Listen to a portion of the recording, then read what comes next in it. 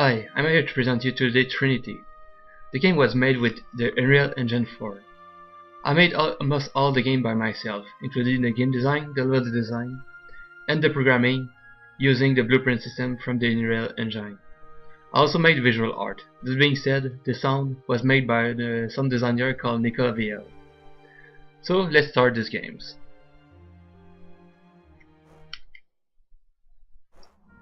Okay, now as you can see, the start of the game is pretty limited. There's wall around me, and there's some kind of block that you can jump on top of it. I made this to so that the player can learn how to jump and be comfortable with the control. I'm aware that normally we create a more explosive start to engage the player and to give him the basic control in a more scripted way. But my game is pretty simple and with not any real story. I try to keep it simple and limit the player so that he can learn better. So now just in front of me there's some kind of blue orb. This is the way to acquire your first power. There's not really any narrative reason for that. It's just for that player find a logical way, a logical reason so that he gain power, even though it's not very well explained. So now I pick up my power, boom, and now I have my first power. Now you can see some graph on the wall, and that's pretty much it. Obviously there is some feedback to help the player, but that's all. And to be honest, it's a pretty bold way to do it, because normally in a game you have to be very more clear and precise about what the player has to do to with his abilities and with his control. But since it's a puzzle game, I try to be a little more abstract and let the player learn by himself. In this sense, learning the game is a puzzle in itself, and the player has to solve this kind of puzzle to learn the games. So let's talk about this first mechanic. So you can give property to this kind of platform, and right now you just have access to the blue property, and the blue property is create some kind of patrol between 2 points. How it works is like it's come to a point and wait for a moment, and after that it goes to the other point. You can click again with the left click, here you go, to make it neutral again. And of course to make it go again you have to use the left click and make it continuous patrol. You can't not interact with it during his patrol. For instance, right now you cannot, just when he's reached one of the 2 points. As you can see, there's some kind of bar there, between two little balls. This is to show the patrol that each platform can have. Some platform can have vertical path, other horizontal. It's very custom made, and every platform has its own patrol.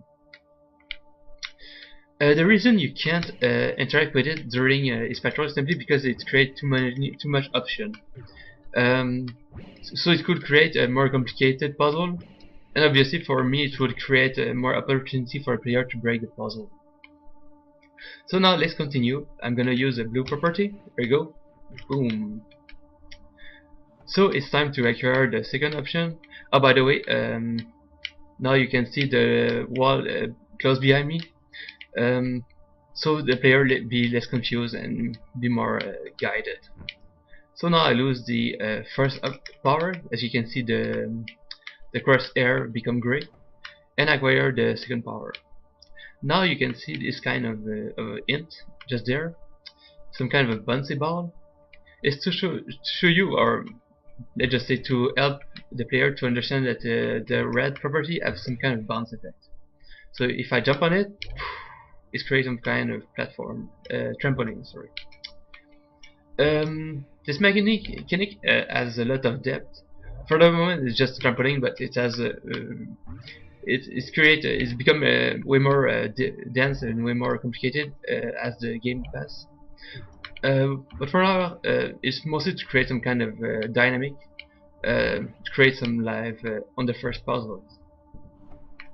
Oh, and by the way, I don't know if you saw, but the crosshair has something has the same logic the one with portal, which means that the left click is linked to the left part of the crosshair, and the right click is linked to the right part of the crosshair. So now I have the yellow platform, the yellow property, sorry. So the yellow property creates some kind of bridge that you can walk on, and if you press the button again, the right click, it goes the other way. Again, this way, the other way, this way, the other way. And I don't know if you saw, but the player don't have any choice but to use this properties to be able to reach exit. So just see that you create a bridge from you, and now you create a bridge for the exit. So the laser change direction. And so now I'm giving a little break to the players, and I'm gonna give him some kind of awesome cinematic for his hard work to learn the 3 main abilities. There we go.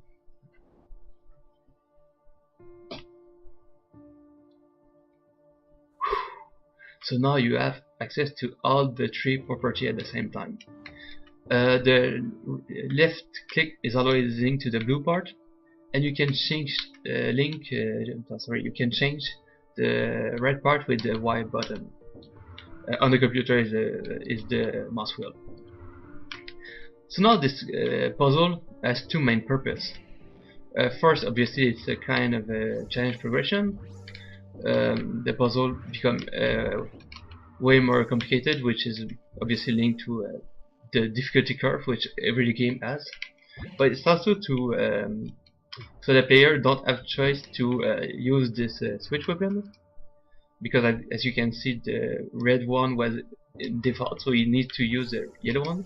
There you go, like that. But at the same time, it's also to show him that he can use multiple party on the same platform. For instance, now you have to use the blue one to raise it, and after he has to use the yellow one to reach the first exit.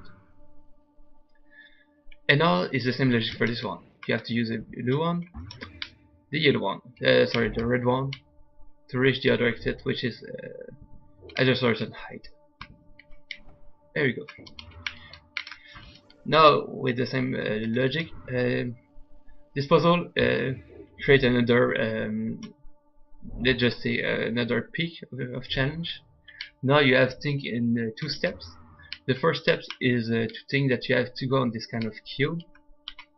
The second step is to think that you have to use this kind of laser to go under the cube and to reach the exit. So again, it's to create some kind of a difficulty progression, and it's also obviously to use the mechanic that player has. Now, if you see in front of you, there's some kind of a red platform behind a glass. So you move, and the glass falls out, and the laser multiply. Obviously, this thing you might not just understand at the first glance, but it will be linked to one of the major mechanics of the games. And while it's not exactly information that you're gonna be able to digest, it's still an hint for this particular mechanic. So now you enter this room, which is only to which exists only for artistic reason, and you give you access to the second small cinematic of the games.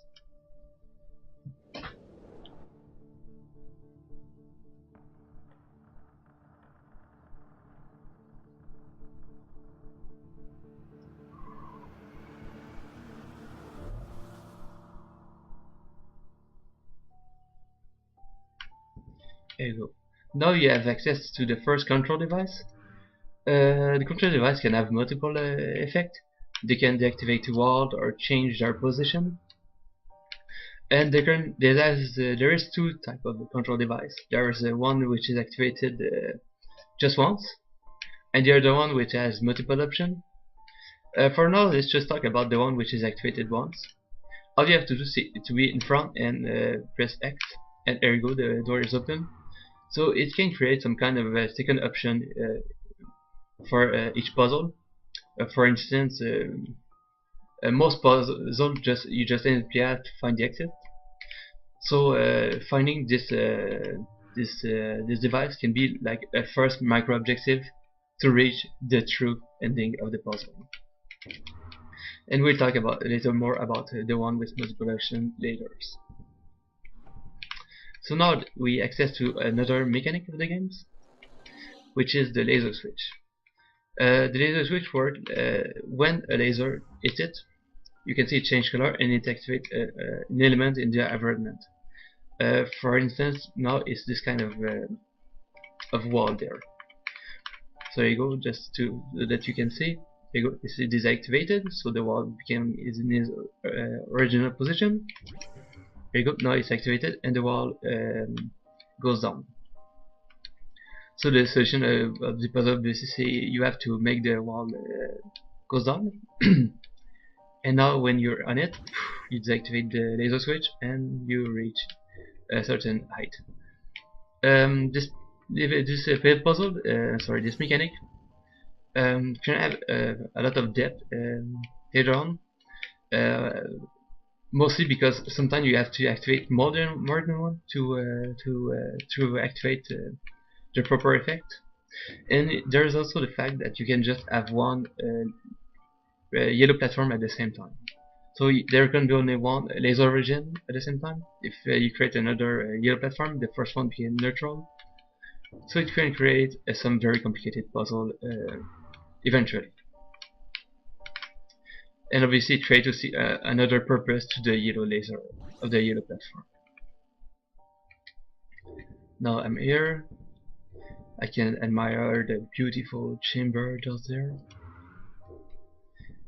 And now I'm in the room which show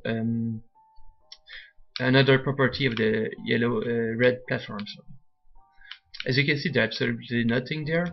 Obviously you can use the blue one, but it's basically useless. And you can use the yellow one, but as you can see, like the laser have no effects whatsoever either. You have a platform there, but it's mostly because if you fall out and you fail, it's a way to it goes back again. And the solution is that you have to use the red properties, and as you can see, the bounce effects can be proportional after a certain height. There's a minimal bounce that there's a minimum bounce that the red property give. Like you can see, it bounces you way higher than the original jump height. But after a certain point, it becomes very proportional. And this way, you can create a little more depth to the bounce effect and the red properties. There we go.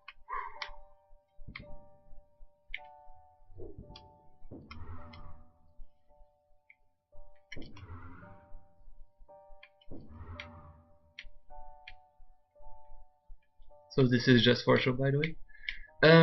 So now you have access to the blue barrier. As you can see, you can't pass through the blue barrier, but you can still shoot through this thing. Obviously, the limited nature of this room, which is like very limited, help you better understand this mechanic. And on the same token, it will help you. It's a reminder of how the laser switch work, because it's how you deactivate for the this particular blue barrier. So after learning so much, you can enjoy a little cinematic just there.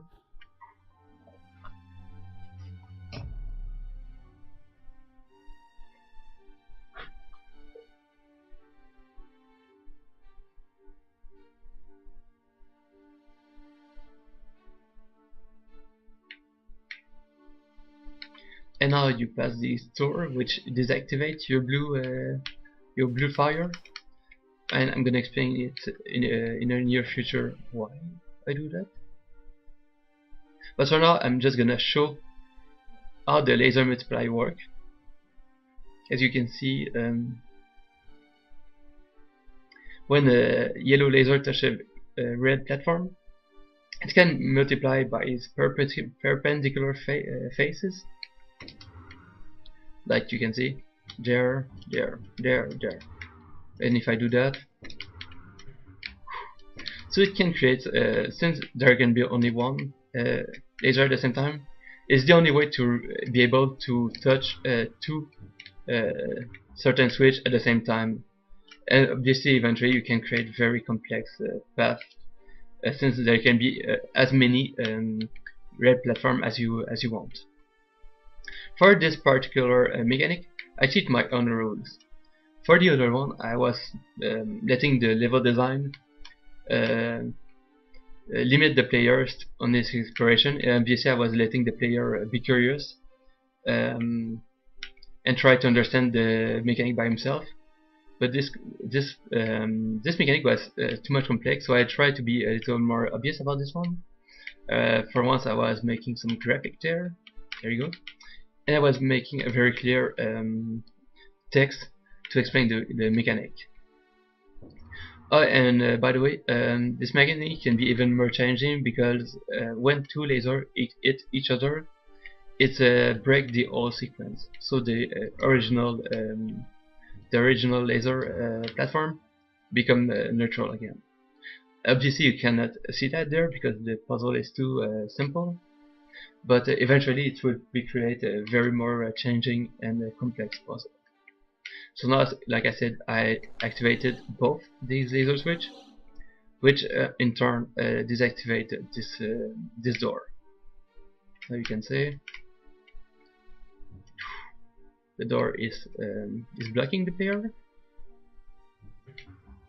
The door is open. Oh, and by the way, I deactivated the blue properties, the blue fire, because this mechanic is so complex that I did not want to confuse the player even more. So I limit his options so that he understands better what to do. And so I would gain my blue fire back. There we go. So now there's this green barrier. The green barrier works exactly the opposite way of the blue barrier, which means that you can cross it. There you go. But you cannot shoot through it, as you can see right there. You can see there's no feedback, whatever. There is no outline saying that the platform is aimed. And now there's this famous control device with multiple options. For this case, the control device switch these two barriers of place. But like I said, they can have multiple options. And like I said earlier, even though they kind of seem to work at the same manners, the one with one option, the one with many options, in both cases you just have to be in front, and if there is a feedback if this light glow, you have to press the X buttons. But the other one creates some kind of a micro objective on the room, and this one change the geometry of the room or some element of the room, and you have to think about their effect and how it helps you solve the puzzle. So, like I said, it has a very similar way to very similar some functionalities, but in terms of puzzle logic, they are very, very different. So the solution with this puzzle is you have to bring the platform back with the blue barrier, because you can shoot through it, and you have to reposition again the green barrier because it won't block you as a player. There you go.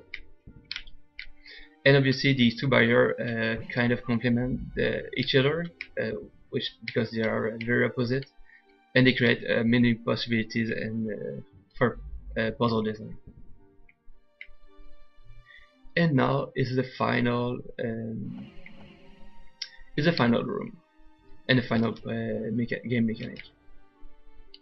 As you can see, there's some kind of line coming from the pyramid to the platform, and it's through the platform at a certain rate. If there is something between the pyramid and the platform, the shot will fail. So the line must not be cut. Right now, you see, there is nothing that can be that can block this particular line, but it will be used at a certain extent in the games. This mechanic has two main advantage. First, it creates a timing dynamic, which is not something that we saw a lot in this game. It's changed the pacing of the game at a certain extent, and also limit the origin of the gear platform. As you can see, you can't have the yellow right now, and you're limited by this one. Obviously, this puzzle is pretty bare bone. It's mostly used to learn you this mechanic, but eventually you will see some very more complex puzzle where you have to deal with the fact that there's only one origin for the yellow platform, and use the red properties in a clever way to solve the puzzle. So, like I said, in this case, it's mostly about timing. So I'm gonna do this way, but don't worry, because that's because I'm an expert. It's not that hard. And now you reach the end of the demo level. Oh, and I think I forgot to add, but this is only a demo level. So this is the reason why there are so many game mechanics introduced into a single level. In the actual games, most game mechanics are introduced throughout the different level, and they are more exploit, obviously. But since it's a demo level, I wanted to show you most of the possibilities that the game has to offer, and at the same time it lets me explain my game design in more efficient way. So now I finished adjusted change of the demo level, and I'm gonna let you live and enjoy this final cinematic. There you go. And that's about it. Thanks for listening. I appreciate it, and I hope you enjoy. And have a good day. And like I say, enjoy the show.